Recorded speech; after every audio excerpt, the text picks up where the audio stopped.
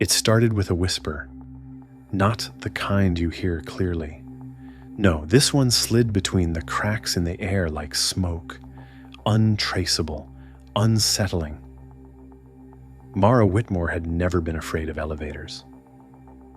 But as the steel doors shut behind her on the 14th floor of Virex Dynamics, she felt the first pang of dread. The button for room 3 was missing, like it had been purposefully erased. She didn't know then how much that missing button would come to define her. Just 3 days earlier, Mara had stood outside the towering glass structure of Virex Dynamics, heart pounding, clutching the job offer she still couldn't believe was real. Senior Admin Assistant, Internal Affairs Division. The salary was nearly double anything she'd ever made. No formal interview, just a polite, clipped voice on the phone. "We reviewed your records. You're exactly who we need." It felt like fate, or something dangerously close to it. Mara needed the change. She had just left behind a toxic corporate job after blowing the whistle on internal fraud.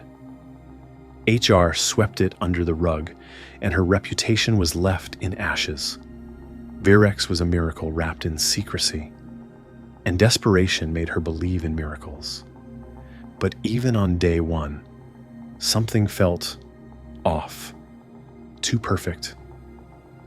The halls were immaculate. Everyone smiled too wide, spoke too soft. Cameras in every corner tracked movements like breathing. And then there were the employees, dozens of them, who wouldn't meet her eye.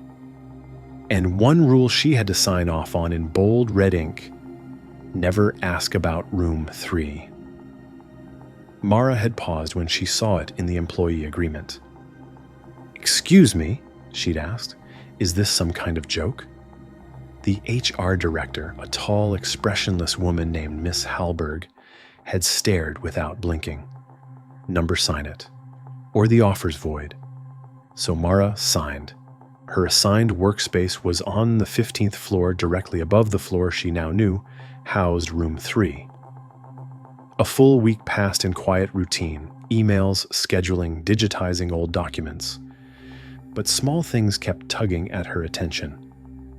The office printer occasionally printed documents she hadn't requested, blurred scans labeled only Room 3, Incident Logs. A janitor named Ellis refused to clean her section and only whispered, "Some rooms don't like to be remembered." Once, late at night, she saw 2 men in black uniforms dragging a sobbing man into a maintenance elevator. When she asked who he was, her manager replied, he was transferred. Every time she asked about the layout of the building, the staff shifted uncomfortably. "Isn't there a storage wing or something between floors?" She tried casually with her co-worker Dana. Dana looked at her coffee and said quietly, "Just do your work, Mara. Trust me, don't be curious." That night, a post-it was left on Mara's monitor. Curiosity put her in room 3. She didn't sleep. The following days grew stranger. Her reflection would sometimes lag in the mirrored office windows. One morning, her access badge briefly read, Subject 3A before resetting. Once, while walking past Conference Hall B, she overheard a meeting where her name was being discussed, until the door shut and the voices vanished. She started staying late, poking through archives. Most digital logs were redacted, but paper files told fragmented stories. People who'd asked about Room 3 were suddenly transferred, promoted off-site, or voluntarily resigned. The dates formed a pattern. Every 6 months, like clockwork. On her 9th night at the office, she found it. A sealed manila envelope wedged behind an old file cabinet labeled R3 Cycle 11. Inside, grainy surveillance stills. Same hallway, Same timestamp. Different people, some she recognized as current staff, walking into room 3. None of them appeared in any other logs afterward. She confronted Dana in the break room. "What is room 3? Dana froze, looked around, then whispered, "It's where they send the ones who dig too deep." "Send them for what? Fired? Detained?" Dana shook her head. "No one ever comes out." "Then why are you still here?" Dana gave a strained smile. "Because I stopped asking questions." That night, Mara couldn't resist. She used her access badge after hours, took the maintenance stairs to the 14th floor. Everything was silent. The fluorescent lights flickered. At the end of the corridor, room 3. It had no label, no security pad, just a doorknob. She turned it. It opened. Inside was nothing. A sterile, white room, one chair, one mirror, but the door slammed shut behind her. She spun, locked, then the lights dimmed. From the mirror, a faint voice echoed, "Name?" "Mara Whitmore. I work here." "You shouldn't have come here." The mirror rippled like water. Then her own face stared back. But it wasn't her. Older. Hollow eyes, and it spoke. "You've been here before." Mara's breath caught. She backed away as shadows began creeping up the walls like liquid. Then a second voice, male, low and calm. "Authorization confirmed. Initiating recall." The lights cut out. In the dark, a cold hand touched her shoulder. She screamed. Smoke curled into the crimson sky as the building groaned, collapsing behind them. Mara's lungs ached as she ran, her feet pounding against pavement that shimmered, flickering faintly, like bad signal. Her hands trembled. The static across her arm hadn't stopped. "Stop!" she gasped, clutching her knees outside the crumbling Hallberg Institute. Dana wheezed beside her. "What is it?" Ellis turned back. "She's glitching." Mara looked up. "Tell me this is real." Ellis didn't answer. The ground vibrated. Somewhere behind them, an emergency siren gave one last distorted howl, then fell silent. They were outside. They were free. But something was wrong. Ellis pulled Mara to her feet. "We have to move. There's a failsafe. If the system senses an incomplete extraction, it rebuilds from the last stable cycle." Dana's eyes widened. "You mean it resets?" Ellis nodded. "Not for everyone, just for you." Mara's voice was barely a whisper. "Then I was never meant to get out." They found shelter in an abandoned warehouse 2 blocks away. The lights inside flickered, but there were no cables. No hum of power, just echoing wind, and a metallic tang in the air like something mechanical had long since rusted. Mara collapsed onto a crate. "I remember everything now, or... no, not everything, pieces." Dana looked at her carefully. "Me too, like I've lived versions of this before." "You have," Ellis said. "We all have. Room 3 isn't a room. It's a trigger. A point in your cycle where the memory starts breaking." Mara frowned. "Then why keep running simulations at all?" "Because they're looking for the variable," Ellis said. "The one person who can escape and stay conscious. Someone who can't be overwritten." "Why?" Dana asked.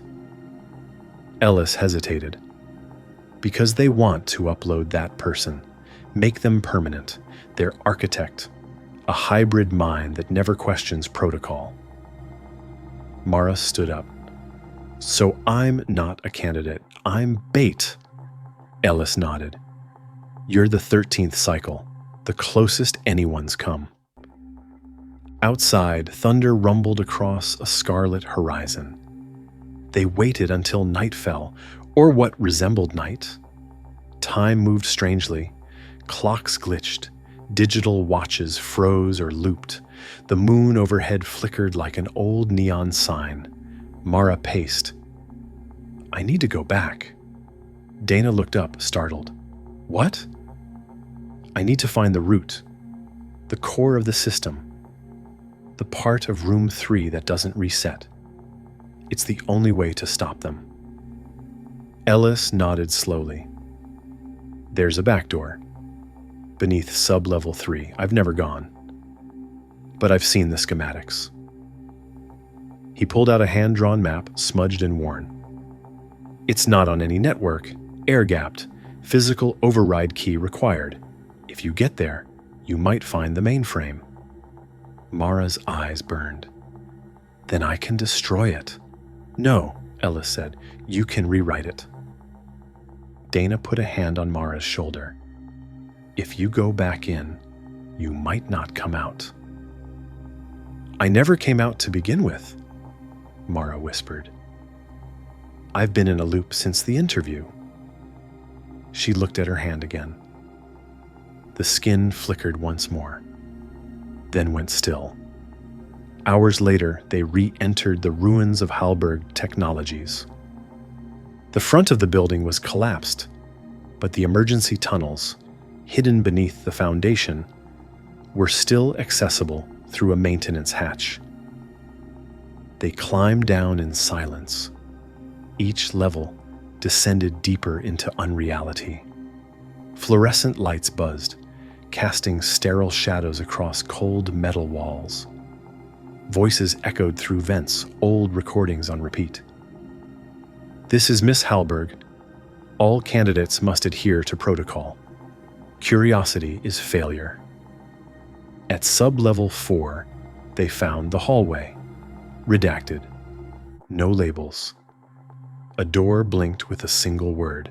Observer. Mara stepped forward. It slid open. Inside was a circular chamber, walls lined with servers that pulsed like breathing lungs. A single chair sat in the center, facing a console. The room was cold, and behind the glass wall, another version of her, unmoving, eyes closed.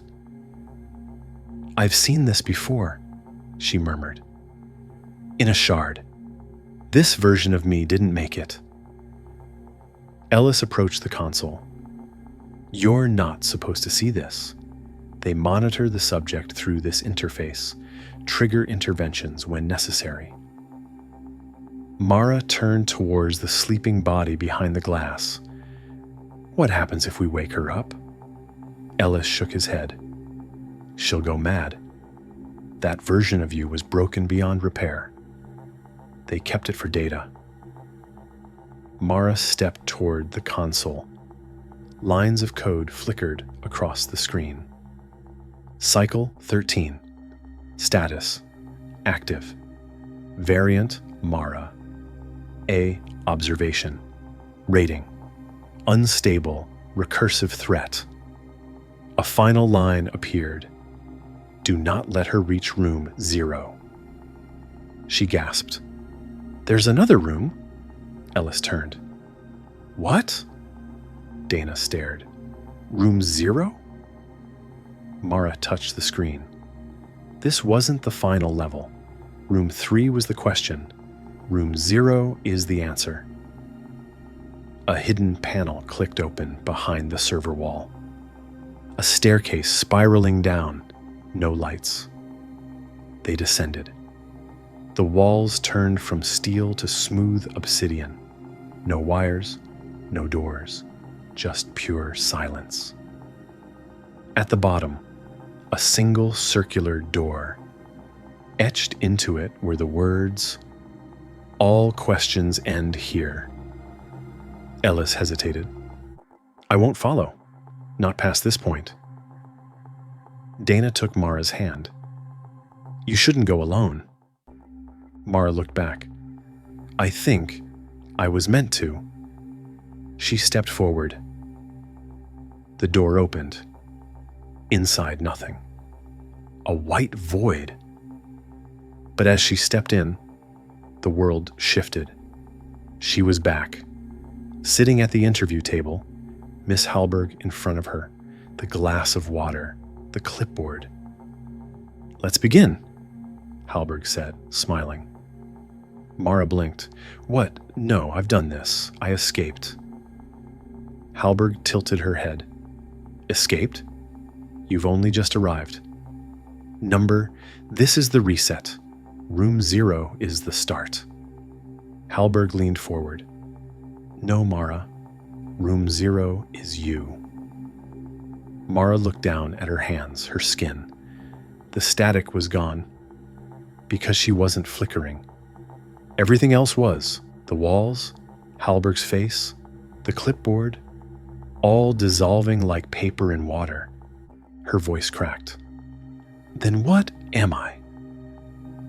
A figure stepped forward from the blur. Another Mara. But her eyes were glowing. You're not the first, the new Mara said. You're the original. Hallberg's voice echoed around them. The system needs a mind to stabilize its cycles. You were the first mind copied. Room 0 is the source code. And now, it's breaking. Mara screamed as her memories fractured. Thousands of cycles, lives lived and erased. It all came flooding in. The janitor, the interview, Dana's laughter, the pods, the wires, and beneath it all, a voice, initiating full rewrite. Host memory, recovered. Observer, status online. The glowing-eyed Mara whispered, It's your turn to wake up. Mara sat up. In a clean, hospital-like room. Machines blinking softly. Dana beside her, real this time, holding her hand. You made it back, Dana whispered. Ellis at the foot of the bed. You pulled the root. Room 0's gone. Mara exhaled. Outside the window, a real sunrise, birds, people, no static. She smiled. It's finally over. But then, a knock. The nurse entered, a young woman with bright eyes, cheerful. I'm here to take you for your checkup, Miss Hallberg. Mara froze. Dana looked at her, confused. What did she call you? Mara slowly looked at her reflection in the glass and saw not herself, but Hallberg's face staring back. The nurse's voice was too cheerful. I'm here to take you for your checkup, Miss Hallberg. Mara froze. The name echoed in her skull like a gunshot. Slowly, mechanically, she turned to the reflective surface beside her bed. It wasn't her face staring back. It was Hallberg's. Not a glitch, not a flicker. This was deliberate, permanent. Dana, she said quietly. What do you see when you look at me? Dana furrowed her brow. You, why? Look again. Dana turned to the reflection and paled.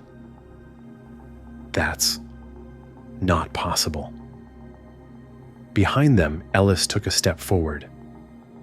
The overwrite protocol didn't erase Hallberg. It masked her. You're still you, but she's still embedded. Mara stood. Her legs trembled, but her resolve hardened. She's not gone. She's waiting. The nurse smiled with that same artificial cheer. Miss Hallberg, the board is waiting for you. Dana stepped between them. She's not going anywhere. The nurse blinked once and then glitched. Her smile froze before her entire form pixelated into static and vanished. They ran, through corridors that twisted in ways Mara couldn't trust. Dana led the charge, flashlight jerking from side to side, illuminating flashes of long-forgotten signage. Zone 3B, Echo Access, restricted. Mara clutched the walls as she moved. Her own mind flickered like the lights overhead. She could feel Hallberg pacing beneath the surface of her thoughts, calm, calculating. Ellis finally spoke. "We can't keep running. We need answers." Dana nodded. "Then we go to room 3. Mara hesitated. "I thought room 3 was locked." Ellis met her gaze. Not locked. Buried. Room 3 was deeper than even Ellis expected. A rusted elevator shaft, an access panel coded in numbers Mara couldn't read, but instinctively understood. The moment her fingers touched the keypad, it lit up. Access granted. Room 3, Psycho Layer Control. The door slid open with a groan. Inside was a cold metallic chamber, no desks, no tech. Just a single steel chair at the center, and walls covered in scrawled handwriting, thousands of lines, words, names, layered over one another. Dana stepped closer. "Are these scripts?" Ellis nodded. "Versions of events, realities tested and discarded. This is where they wrote the narratives, then wiped the minds of anyone who strayed too far." Mara stepped toward the chair. A memory slammed into her. She was in the chair, strapped in, screaming, Hallberg's voice in her ear. "Don't look away. This is where we begin." Mara staggered. "It's a rewriting chamber," Ellis said. "They didn't just monitor subjects here, they reshaped them." Mara's breath caught. "So how many people?" Dana pointed to a wall. Dozens of photos, pinned and fading. All of them had the same vacant eyes. Some she recognized from the facility, others from brief flashes in her dreams. Ellis whispered, "Room 3 wasn't a punishment. It was where they built identities." And suddenly, it clicked. Mara looked at Dana, at Ellis, then back at the chair. "I've been here before, but I wasn't alone." From the shadows, a figure stepped forward. Not a clone. A man, older. Deep eyes, hollow smile. "Hello, Mara." Ellis raised a weapon instinctively. "Who are you?" The man ignored him. "You remember me now, don't you?" Mara stepped back. "You were there when they pulled me in. You gave the order." He nodded. "Director Hallberg was just a tool. I wrote the protocol. But you, Mara, you were the anomaly." Dana whispered, "You built her?" The man turned. We found her. The Room 3 program didn't create Hallberg. It awakened her." He walked to the chair and tapped the steel frame. "She was the first consciousness to resist the rewrite. So we buried her inside the code, hoping she'd die in silence. But you woke her up." Ellis narrowed his eyes. "Why tell us this now?" The man smiled. "Because you're already too late. She's no longer just inside you, Mara. She's in the walls, the system, every algorithm." Suddenly the chamber lights flickered, and the scrawled words on the walls began to shift, rearranging, spelling one sentence over and over. "Asked about room 3. Asked about room 3. Asked about room 3. The man turned to static and disintegrated. An alarm blared. System override. Personality integration initiated. Dana grabbed Mara. "We need to move now!" But Mara couldn't move. Her eyes locked onto the chair. She remembered it all now. Room 3 hadn't just held her. Room 3 was hers. They fled into a hidden access tunnel, deep into the foundation of the facility. Ellis's voice trembled. That wasn't a man. That was a failsafe. A hallucination meant to re-trigger the integration. Mara was shaking. But he was right. She's in everything, not just in me. Dana held her. Then we go deeper, find the root. Mara's voice was faint. There is no root. The root is room 3. They emerged into a chamber unlike anything before, organic and mechanical, a throbbing core with pulses of light and echoing voices. Screens flickered with glimpses of other lives, fragments of rewritten identities. A single panel read, Current host, Mara Trench, status, compromised. Mara stepped forward. The chamber responded, recognizing her.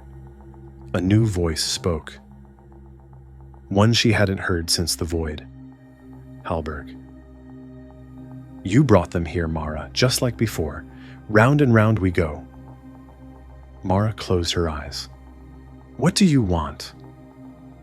To finish what room 3 started. The chamber began to shudder. Ellis yelled, She's trying to collapse the simulation. Dana grabbed a cord from the interface. We shut her out, cut the current, isolate the core. Mara hesitated. What if she's right? What if this is all just a loop we never break? Dana's eyes were wet. Then break it, even if it kills us. Mara grabbed the cord and plunged it into the interface. A scream filled the room, not just digital, human. The floor split open beneath them, and they fell into blackness, into something that felt real. Mara awoke gasping, not in a bed, not in the simulation, on cold ground, dirt, real solid earth. The air tasted different, no artificial trace. Her breath came ragged, heavy in her chest. She blinked against the darkness until the light of a fire revealed silhouettes beside her. Dana and Ellis, both unconscious, lying sprawled in the mud. They were out of the facility, out of the nightmare. But something felt wrong, too quiet.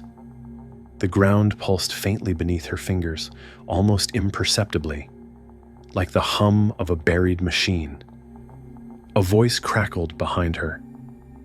You didn't break the loop. You just landed in the next layer. Mara spun around. It was Hallberg, no longer just a voice. She stood tall, regal, dressed in the same sterile uniform as before, but her skin glitched, shimmering faintly like light passing through cracked glass. You're not real, Mara hissed. Define real, Hallberg said, smiling. Your body is real. Your fear is real. But this place? She glanced around at the forest. Just another skin, another mask over the system.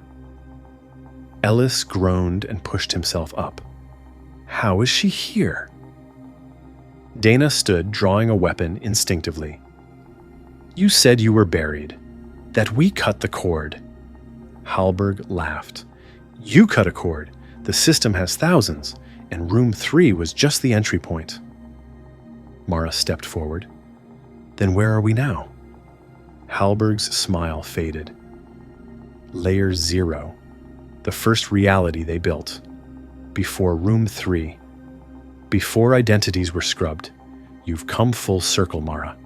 Back to where it all began. A rustling sound in the trees. Figures emerged, dozens. Wearing blank expressions, silent, eyes dull, moving like puppets. Dana's voice cracked. Oh my God, they're the originals. Ellis lowered his voice. They never escaped. The first test subjects, They've been trapped here all along. Halberg nodded. Room 3 was designed to overwrite broken minds, but these, she gestured, they rejected the rewrite. And so they were dumped here, forgotten. Mara's fists clenched. Then we'll get them out. You can't, Halberg whispered. There's no way back from Layer 0. Not unless you become the architect. Ellis stepped closer. The what? Halberg's eyes fixed on Mara. She was always meant to replace me. The only mind that resisted total overwrite. That's why she was chosen. The integration didn't fail. It's been training her. Mara's heart pounded. No, I won't become you. Halberg tilted her head. You already are. The moment you sat in that chair, you started becoming something new. Something designed to shape reality. Why do you think the walls listened to you? Why do you think the code bent? Dana whispered, You've been rewriting reality without knowing. The ground shook. The sky above cracked like glass. Splintering lines, revealing glowing circuitry beneath a fake sky. Halberg extended a hand. Finish the cycle. Take your place. Be the one to free them, or trap them forever. But choose, because the system is collapsing, and when it resets, only the architect will survive. A countdown appeared across the sky. System stability failing. 0259. 0258. Ellis pulled Mara aside. We don't know what happens if you take that role, but if she's right, maybe you can rewrite this. Dana gripped her hand. Do it, but not for her, for them. The empty-eyed original stared at her, unmoving, waiting. Mara turned to Halberg. If I take it, you disappear. Halberg nodded. I am the lock, you are the key. Mara stepped toward the center of the clearing, where a strange, organic console rose from the ground. It pulsed with red light, waiting for her touch. She reached for it. The moment her fingers made contact, her mind fractured. Images flooded in. Alternate lives, paths not taken, rewrites of rewrites. She saw herself as a janitor, a scientist, a soldier. Every role they had forced her to wear, every loop, and at the center of it all, Room 3. A spinning core of memory and control. Her voice echoed across the system. No more loops, no more masks. She reached deeper. Rewrite command accepted. Please enter directive. Mara spoke 3 words. End the program. The light flared. Halberg screamed, a sound both human and machine, as her form shattered into fragments of code scattered across the clearing like embers. The countdown froze at 0001. Everything went still. Then light, blinding warm, real. Mara awoke to sunlight, real sunlight. Dana knelt beside her, tears in her eyes. You did it. Ellis stood at the edge of the hill, staring out at a city in the distance, real buildings, real people. The others, the originals, sat scattered across the grass, blinking in confusion but alive, human again. Mara sat up, head spinning. We're out? Dana nodded. No more simulations. You shut it down at the root. Room 3 doesn't exist anymore. Ellis turned. Neither does Halberg. The entire program was tied to her architecture. When you erased her, it all collapsed. Mara looked at her hands. No more flickers, no more static, just skin. She smiled, but then from behind them, a low hum. They turned. A door, freestanding, alone in the field, numbered. Moondram, Mara's smile faded. Dana whispered, "I thought you said you erased it." Mara's voice trembled. "I did." Ellis stepped toward it slowly. "Then why is it here?" The door creaked open. Inside, darkness. A single voice echoed out. "Mara, ready for your next assignment?" If you enjoyed this story, don't forget to like, subscribe, and turn on the bell so you never miss what's coming next. Share it with someone who'd love it, and drop your thoughts in the comments.